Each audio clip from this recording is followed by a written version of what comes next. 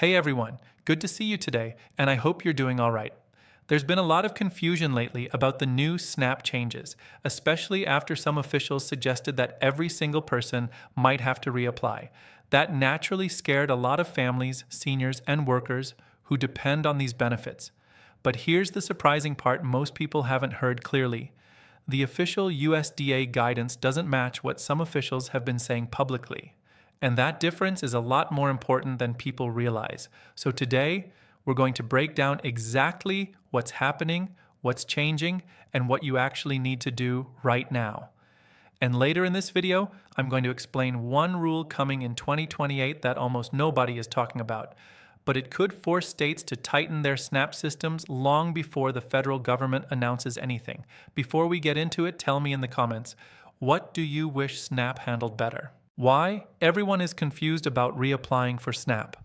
Let's start with the main question everyone has been asking. Do you need to reapply for SNAP right now? This confusion didn't come out of nowhere. It began after Brooke Rollins, one of the key officials involved in the new SNAP legislation, said in interviews that the administration plans to rebuild SNAP from the ground up. At one point, she even said that everyone would be asked to reapply. And naturally, that comment sent a shockwave through millions of households. Why? Because anyone who has ever gone through a full SNAP reapplication knows it's not simple. It's not just filling out a form. A full reapplication can take weeks, include interviews, require updated documents like bank statements or pay stubs, and sometimes involve long wait times. For seniors or people with health issues, this process can be extremely stressful. But here's where things get complicated. The official USDA statement says something completely different from what Rollins suggested. According to the USDA, there is no national order telling everyone to reapply.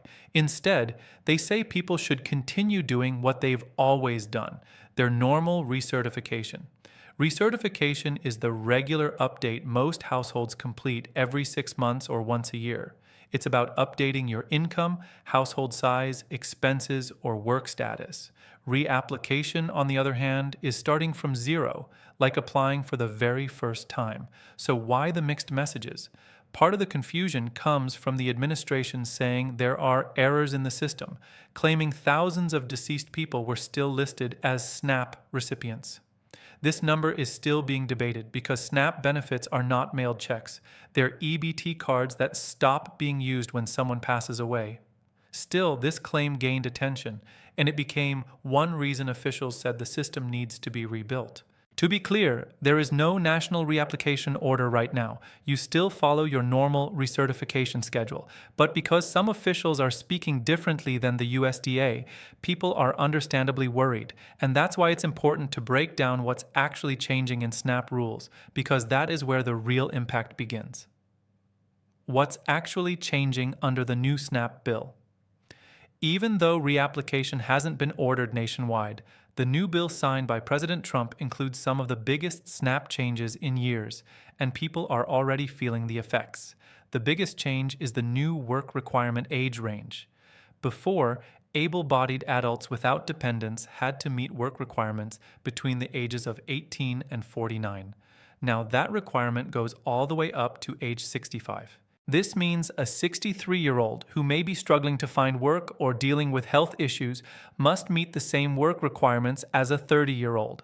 For many people in their 50s and 60s, finding stable work is harder due to age discrimination, physical limitations, or fewer job opportunities. This shift is huge. The second major change involves exemptions. Some groups that were previously exempt from work rules have now lost that protection. Veterans, homeless individuals, former foster youth. On top of that, the exemption for caregivers has changed.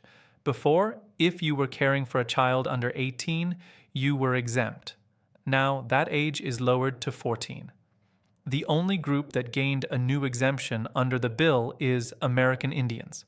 Supporters of these changes argue it's about fairness and encouraging responsibility. They say if someone can work, they should work, and that tightening rules will prevent misuse. In their words, if you're able to work and refuse, you're cheating the system. But critics, such as hunger advocates, legal experts, and food pantry leaders, say these rules don't match real life. Many SNAP recipients already work, but they work low-wage jobs, inconsistent hours, or jobs without benefits. The American Community Survey shows most SNAP households have at least one working adult. So when officials say just get a job, many people feel unseen. There's also concern for groups who already face major obstacles: caregivers, rural residents, refugees, and homeless individuals. When rules tighten, these groups feel the impact first. According to the Congressional Budget Office, these new rules could cause 4 million people to lose SNAP benefits by 2034. And when one adult loses benefits, it affects the entire household's food budget. These rule changes are real. They're active, and they explain why people are nervous, even without a reapplication order. Supporters versus critics, two very different views of the new SNAP rules. Now that we've talked about what's changing inside the new SNAP bill, let's look at why people are so divided about these updates. Supporters and critics are saying completely different things, and understanding both sides helps you see why this debate has become so intense. What supporters say. Supporters of the new rules believe the changes are about fairness, responsibility, and accuracy. They argue that if someone is able to work, they should contribute.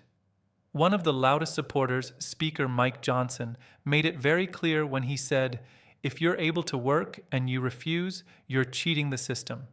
From their point of view, tightening work requirements ensures that taxpayer money goes to people who truly cannot work. Reducing exemptions prevents people from slipping through the cracks. Rebuilding the system from the ground up is necessary because of problems that have been reported, like deceased individuals still showing in the SNAP system, even though that number is heavily debated. They believe the changes will make SNAP stronger and more efficient. What critics say. On the other hand, critics, such as food pantry leaders, legal experts, social workers, and hunger advocates, say these changes ignore the realities of people's lives. They point out some important facts. Most SNAP households already include a working adult. The American Community Survey shows again and again that SNAP users are not lazy. They're working, but often in low-wage, unstable jobs. Raising the work requirement age to 65 hits people who have a harder time finding work due to age discrimination, health issues, or limited job openings. Reducing the caregiver exemption from children under 18 to under 14 forces parents of 14 to 17-year-olds into the job market, even though older teens still need supervision. Removing exemptions for veterans, homeless individuals, and former foster youth affects some of the most vulnerable populations.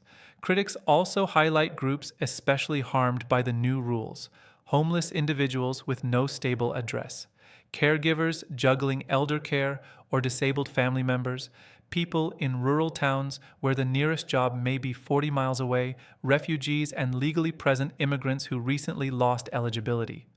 For these groups, any change in SNAP rules can feel devastating. And according to the Congressional Budget Office, these new rules could cause 4 million people to lose SNAP benefits by 2034. That includes households where just one adult loses benefits, and that reduced budget affects the entire family. This is why opinions around these changes are so emotional. For one side, it's about fairness. For the other side, it's about survival. The 2028 rule, the hidden change that could force states to tighten, SNAP early. This next part is the mid-video reveal, the one detail most people don't know but will likely shape how states handle SNAP long before any national reapplication order comes out. Starting in 2028, something major changes. States will have to pay part of SNAP benefits out of their own budgets if they make too many errors. Right now, the federal government pays almost all SNAP benefits, but in 2028, states could be required to cover a share of the costs if their error rates are too high. And the total amount states could owe? Up to $100 billion across all states.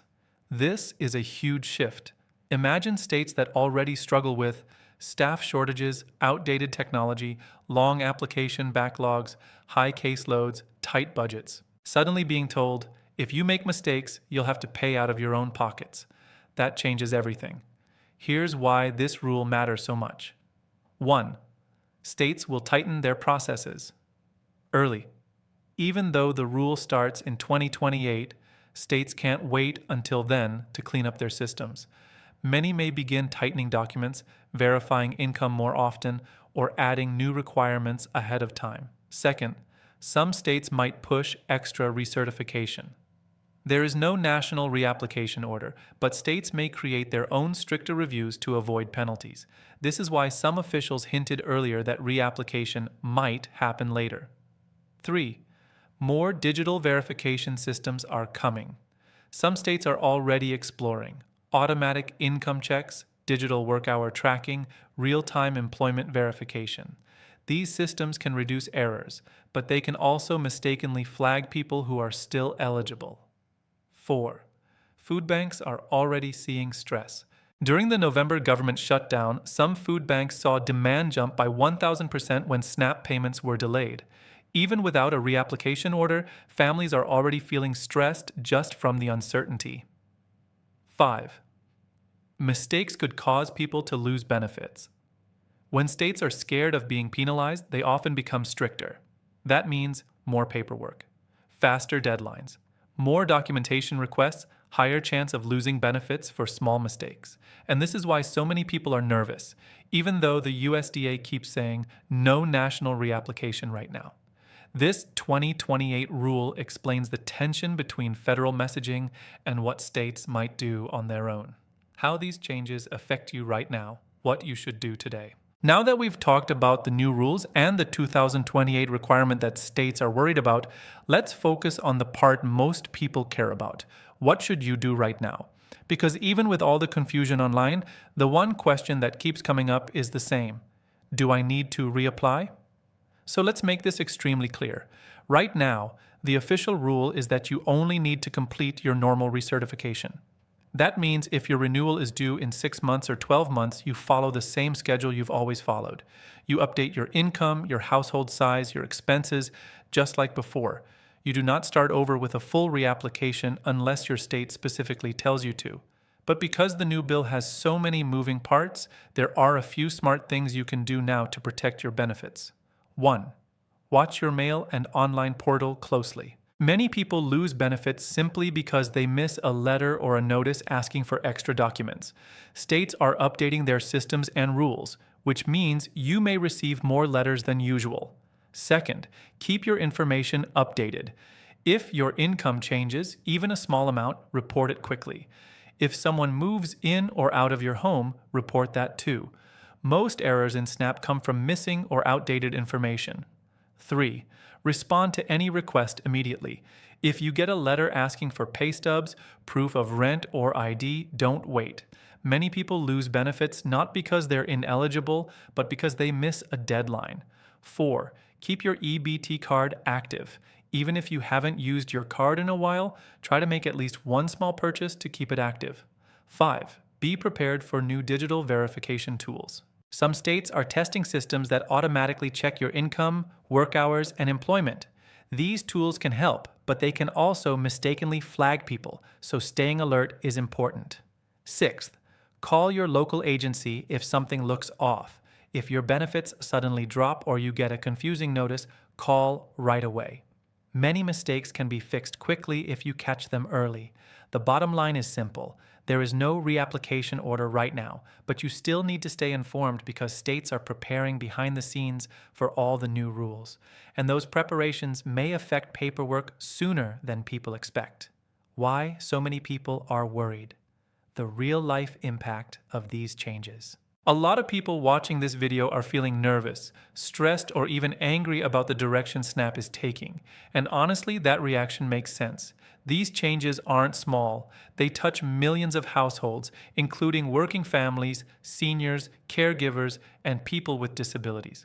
Let's talk about why the emotional side of this issue is just as important as the policy side. Food prices are rising. Eggs, vegetables, meat, cereal, everything costs more. Many people say their SNAP benefits barely last 2 weeks now. Rent, gas, and healthcare are all more expensive. When your fixed income stays the same but expenses keep rising, it becomes harder to plan your life. Paperwork creates pressure. People worry about losing benefits because of one missed report, one misplaced letter, or one small change in income. The new rules hit vulnerable groups: homeless individuals, refugees, low-wage workers, older adults in their 60s, former foster youth. These groups already face big challenges. When rules tighten, these are the first people hurt. Food banks are already overwhelmed. During the government shutdown, some food banks saw demand rise by 1,000%, and many say those numbers haven't returned to normal because families are still living with uncertainty. People feel unseen and unheard. For example, parents caring for teenagers feel punished when the age exemption drops from 18 to 14. Seniors in their early 60s feel stressed being pushed into new work requirements. Refugees and immigrants feel cut off from a system they legally used before. Many people tell me in the comments that SNAP keeps them afloat. It's not luxury, it's survival. Fear of mistakes is real. Most SNAP fraud isn't fraud at all. The Congressional Research Service says it's usually paperwork errors or mistakes made by state agencies, not families buying groceries. But even small mistakes can lead to benefit cuts under the new rules. And remember, starting in 2028, states will be penalized financially if they make too many errors. That pressure means stricter checks, more paperwork, and faster deadlines. And that's why even people who follow the rules feel nervous. This isn't just a policy update, it's something that touches people's kitchens, their wallets, their health, and their peace of mind. A clear closing message: what you need to remember moving forward. If you made it to the end of this video, I want you to know something important.